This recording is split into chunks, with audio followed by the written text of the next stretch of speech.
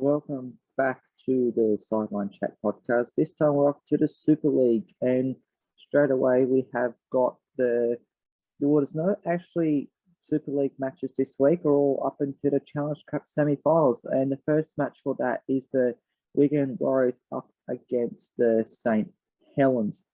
Now, as we go for the so-called home side first, we'll reflect back onto Wigan's match against the Warrington Wolves, where Wigan won 40 points to 22. Wigan were just in complete utter control yet again. Warrington, they did put up a fight to be fairly steady and trying to keep play with Wigan, but at the end of the match, Wigan were just way too good yet again. Standout for Connor, he yet again is not with me today. It's just myself. So his standout was Bevan French with one try assist, 128 run meters, 4 tackle breaks, and 1 line break. He says Wigan's second half performance illustrates Warrington's ongoing defensive woes. The avalanche of tries scored here turned the game into the Warriors' favour, with Bevan French and Harry Smith running the mock. Both centres for Warrington had a rough night as they bit on both French and Field. If Bevan French should have a massive night, I think it was his second game back this season. And Jai Field surprisingly had a bit of a quiet night. Yes, he didn't score a try, which is, believe it or not, hard to believe. But he didn't have a quietish night, but was still involved in a fair bit of the play. So I think it's more Bevan French that took control did a fair bit. And the stats don't lie with that there. Although Field did set up Bevan French's try through an offload. So he did have some involvement, and he did break through the field in the lead up to that. Other try scorers was Thornley, who got 2 tries. There was some poor defensive tries there from Warrington, and there was overlaps and all the likes. Marshall got one with the French grubber kick, and he went again in the corner. Walker does a show and go. Taufia from an offload. And Farrell's try, I have to say, was outstanding. Like offload from Patrick Mago sent him over, and it was a very good offload. And Liam Farrell been right place, right time. He knows what he's doing. He's been around the game long enough to know where he needs to be at the right point, and he showed yet again that he is a very experienced player. So Darryl Powell in the Warrington side, they were pretty good in the first half. It's just like what kind of mentioned. The second half is just where they seem to slide away. So kind of a bit like the Canberra Raiders here in the NRL. But I wouldn't say a bit better. I wouldn't say worse either. So they're kind of maybe on, although Warrington would be a bit better than what Canberra have been with their performances. At least they can still score tries in the second half, unlike Canberra. But Wigan and Matt Pete's side, he will be very happy with that indeed. And they're pretty much on target to stay in the top 4. Now, for the St Helens side, they won narrowly over Salford Red Devils, 14 points to 10. Now, Salford did put up a really good performance here against the 3-time reigning premiers or champions. But they just narrowly went down. What cost Salford was a few penalty goals, right? 2 penalty goals during the last 15 minutes, I think. Which there could have been another upset on the cards there. But ultimately, St Helens just came through with the win there. There was a few sin bins in this match. Most notably, Jack Wellesby. He ended up getting sin bin in the last minute or 2 of the match, and there's been a few other ones as well. So Connor goes with this St Helens Salford match. He says Morgan Knowles. That's why Saints are 8-2 at the peak of the Super League season so far. The effort to save a long range with Walmsley in the frame once again highlights the professionalism that typifies St Helens. And he was surprised not to see Salford beat Bryant Park in this fixture. Nevertheless, their discipline ended up being the difference to Tommy Makerson's penalty goals, the clear difference between the two sides, which is pretty much what I just touched on there. So we both think of similar things. I'm going to say great minds think alike. So I agree. I thought coming in this match, Salford was going to absolutely lose this one by a heap of points. But St Helens, I don't know, they strategically didn't put in the. I mean, it's still a good performance one, but they've done better. But Salford just had a really good game, one of the two. Also for the standout was Jack Wellesby with one try assist, 81 run meters and 3 offloads.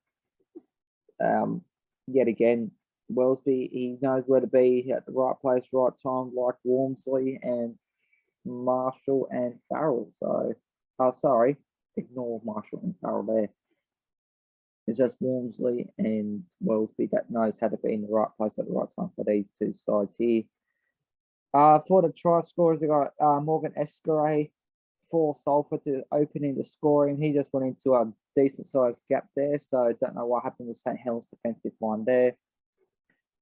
Davies got the ball down, I think, in the corner. A grubber kick from St Helens that come off a Salford player called Jack Wellesby's try. So it was a bit of a scrap.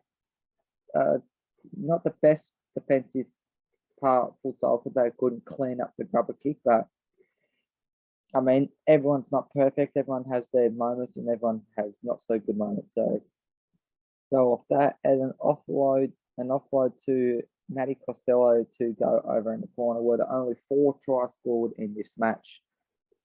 Now heading back into this semi-final in the Challenge Cup between the Wigan Warriors and St Helens, this is going to be absolute blockbuster Challenge Cup match. Whoever wins this one will go through to the final in 2 weeks' time, I believe. This one is going to be brilliant. I mean, both teams are on brilliant form in the regular season of the Super League. It's a flip of a coin, really, this one. Connor says St Helens to win this one 7-12. I'm actually going to say the Wigan Warriors going to win this one in the 1-6 margin. It's seriously a tight match and a mouth-watering match. I do believe this one could go into extra time, but I'm not going to call it into extra time. I'd say Wigan are going to win it within the last 2 minutes of this match.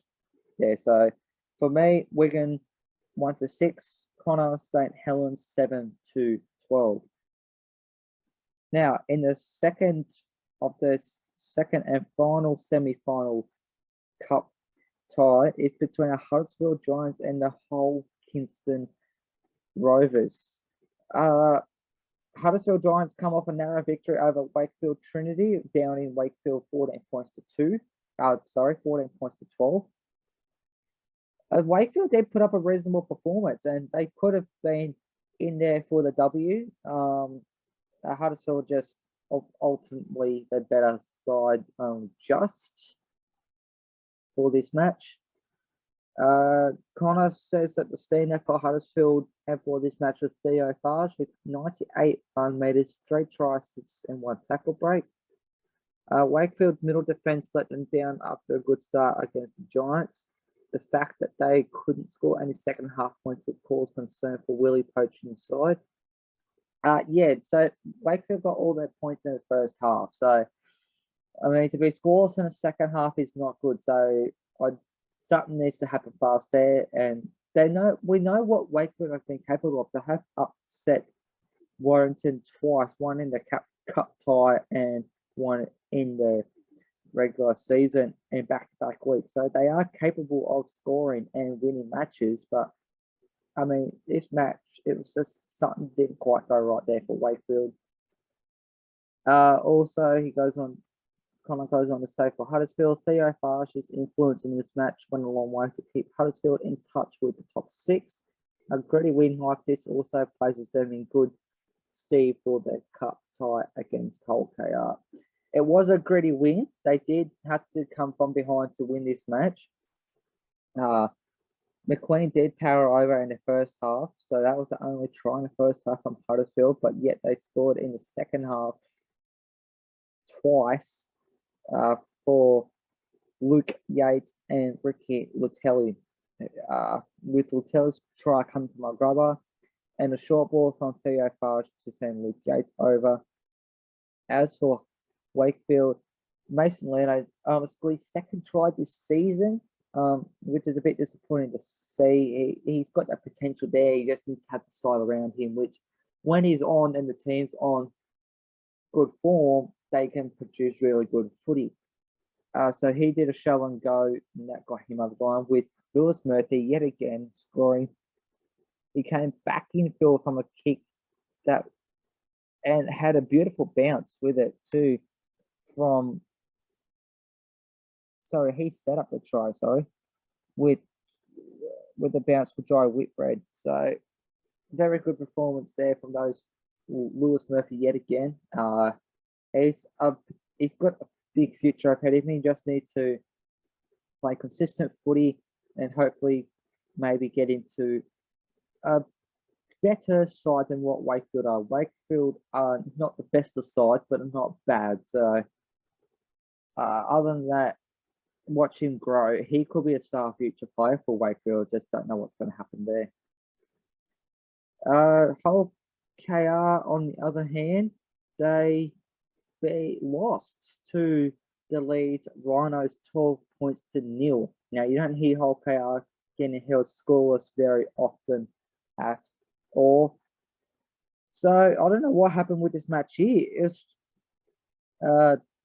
losing Lachlan Coote to concussion hurt the Hull KR side in this instance. So that is obviously not a good sign with Lachlan Coote out with a HIA or concussion, I should say.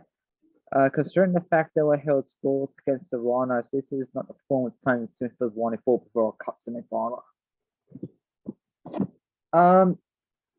It's not a good performance that you want heading into a big match like this. It's a do-or-die competition in Challenge Cup. If you win, you're through to the final and either playing Wigan or Saints, or if you lose, you're back out and you just have to focus on for the Super League and try and make the top 6 playoffs for the remainder of the season. Confidence booster for Ryan Smith, something for the Leeds fans to be optimistic about heading into the campaign's middle phase. Yes, Ryan Smith finally took over as the Leeds Rhinos coach after JBB was the week prior. And a win straight out the blocks for Rowan Smith. So that's a very good start there. Maybe that is a turning point for their season. I just don't know. It's only his first game in charge, first or second game in charge. So it's hard to get a read on. But over the next few weeks, we have to see what goes on, really, and see if he can improve at all and make the side a lot better than what they have been, because they have been going really bad form slump at the moment. They did get a narrow victory the other week. I can't remember who it was against. But in this match, they only got the 2 tries, and that was it for the whole match. Cover kicks that couldn't be taken from Hull KR, which allowed Matt Pryor to score yet another try in his Super League career. Even though he's heading towards his twilight end of his career, he is going very well still. So maybe get another 2, maybe 3 years out of him if he decides to. It's purely up to him. And another kick for Gannon, who scores. So 2 double kicks for Leeds Rhinos to score the match tries. Hull KR tried their best to keep them out, but they just weren't in their attack. Losing Lachlan Coote does not help at all. He is a key player for the Robins, but he just couldn't go through with it all at the end of the match. But concussion is, depending on how bad his concussion is, he could be out for this cup tie match. I hope he isn't, but we have to wait and see when we get the team sheets for the semi-final cup tie. Now back to this Huddersfield Hull KR match. Both, as I just said, one come off a narrow victory, one come off of a loss. So but overall, Hull KR have been playing good footy, barring against Leeds. So they could be in with a shout for this match against Huddersfield Giants. Although with the rate that Theo Farge has come back in and helped Huddersfield climb back up the ladder ever so slightly, it's another tight match, and we don't know who's going to win this one. Connor says Huddersfield 1-6. I'm actually going to say Hull KR 1-6. I mean, they did have a poor game against Leeds, but they'll bounce back for it. So I'm predicting a Wigan Robins not grand final for the Challenge Cup, while Connor is predicting a St Helens Huddersfield final for the Challenge Cup. Make that as you will. Now for the other matches that we haven't touched on, because we're only got the Challenge Cup semi-final this week, so there's no more regular fixtures for this week. So we've gone through Wakefield betting losing to Huddersfield 14 points to 12. We've gone through Warrington losing to Wigan 40 points to 22. St Helens beating Salford 14 points to 10. I've already mentioned those ones. And then one I haven't mentioned, well, Leeds Hull KR I've also mentioned, so another one there. Two games I haven't covered. It's the Catland Dragons down in the Castleford Tigers 44 points to 12 in Threads. So Catalans were just in control yet again, which was kind of expected, even though they didn't have drink water. So that's a key player missing there, but they still went on and did a magnificent performance against Castleford, who are the weaker side against these two. Like out of these two clubs, they are the weaker side. The standout performance for Connor was Matthew Laguerre, who got 3 tries, 117 1 meters, and 2 tackle breaks. And his notes for this match says no drink water, no worries. Catlan's overwhelming in attack.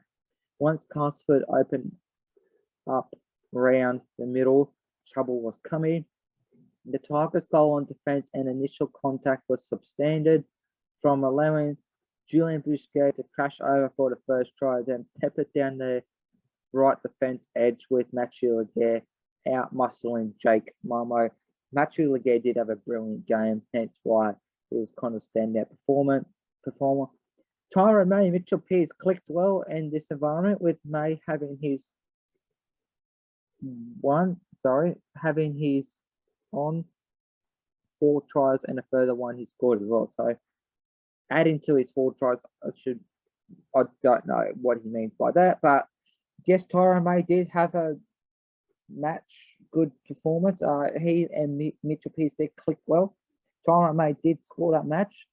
Kind of going backwards, and he twisted himself over to score. So better work to do there, but he managed to get over there. Back to what Connor said about Julian Busquet crashing over for the first try. Yeah, that was just it was hard to stop Busquet from close range. I mean, a big guy like him, it was always going to be hard. Mitchell Pearce steamed onto a ball that was passed by I don't know who, but he just ran onto that ball and went easily over the try line to score. So another try there for Mitchell Pearce. He's adding to his try scoring tally already, as I mentioned about Tyrone May. One of the tries for Castleford was from Gareth O'Brien, who just went straight through the defensive line. Now, see, that was poor defense by Catlins to put 3 tries on to nil early on to open up their match scoring tries. That was a bit of a soft try there from Catlins, but it didn't bother them as they put on the next next to 4 tries. So through Matthew Laguerre with a double before getting the last try of the match. He ended up turning over from, I think he ended up going from his back to his front to scoring. Archie Morg, he carried momentum to cross the line. He was involved in a fair bit, but he has played better matches. But I mean, when your team performs so well, you try and get involved as much as possible. But if they're performing well, you might not be needed as much. Matt Whitley went through a weak patch of defence for Castleford. That was the story of the night for Castleford. The defence through the middle was not very good at all. Matthew Laguerre yet again got a beautiful bounce from a kick. The bounce could have not gone any better for him. He was coming downfield, chasing the kick. It bounced and straight into his arm. So beautifully timed there. Guer went in untouched for Castleford. I do apologise for the pronunciation if I have got it wrong. And a perfectly weighted kick there to Matthew Laguerre. Weighted grubber kick, I should add. It was straight into the grubber. Beautiful, no pressure whatsoever for Matthew Laguerre to put that ball down in the zone area, try zone area, you could say. And for the final match was the other French side away to Hull FC, who went down. Sorry, I shouldn't say Hull FC went down. Hull FC won 48 points to 12 over Toulouse Olympique. This was kind of expected to be happening, to be quite honest. Toulouse is still finding defeat. Hull FC have been in okay form as of late. They haven't, like other teams, in and around the 6. They are trying to hang on to that, or try and hover around that top 6 bracket to try and play the playoffs, because it could come crucial at the end of the match. I mean, Hull FC are 4th overall on the ladder, so, but they have got their counterparts, Hull KR and Huddersfield, right behind them there. For the standout for Hull FC was Carlos Tuamavave, 128 run meters, 3 try assists, 6 tackle breaks, and 3 offloads there. It's kind of kept it short, sharp, and simple for this match, just as it's expected to be. This was to be expected for Toulouse, and their influence of Jake Connor and Carlos Tuamavave carried out black and whites very well, with defence remaining largely solid. They did have when they did let Catlin scoring for Vave, and not Tuamavave, just Vave, and I believe it was Marion. The two try scorers there for Toulouse. It was a bit of a weakness patch there, but other than that, it was a flawless defensive effort there from Hull FC, and also the attacking, with McIntosh getting 3 tries. Yes, 3 tries for McIntosh, 3 tries also for Connor Wynn, who also had a brilliant game as well. Lovadua got 2 tries as well. Barforth got a try there for the home side. So all in all, an overall good performance there for Hull FC. Brett Hodgson will be very happy about that. He can focus with the week off from playing any matches. They should be well rested alongside every other club that I haven't mentioned for the cup side. So every club barring Wigan, St Helens, Huddersfield, and Hull KR will get the extra week off, with round number 12 to be starting on Thursday, the 12th of May over in England, whilst over here in Australia it would be Friday the 13th. We're going to touch more on it next week, Connor, and Connor will be back next week. Just quickly run through around 12 fixtures to start next week. You got Huddersfield versus Wigan, so one of them will be coming off a victory. Both of them could be coming off a victory in a Challenge Cup, so that'll be a very spicy match indeed there, depending on the performance of both sides in their cup ties. St Helens Hull FC, that depending on how St Helens go, having playing an extra week than what Hull FC will have to do. See how that one goes there. Catlands Warrington on the Saturday, Salford Leeds on the Sunday, as well as Castleford Hull KR, Toulouse and Wakefield there. Just quickly, I think Toulouse Wakefield could be an interesting match. This could be another opportunity for Toulouse to win.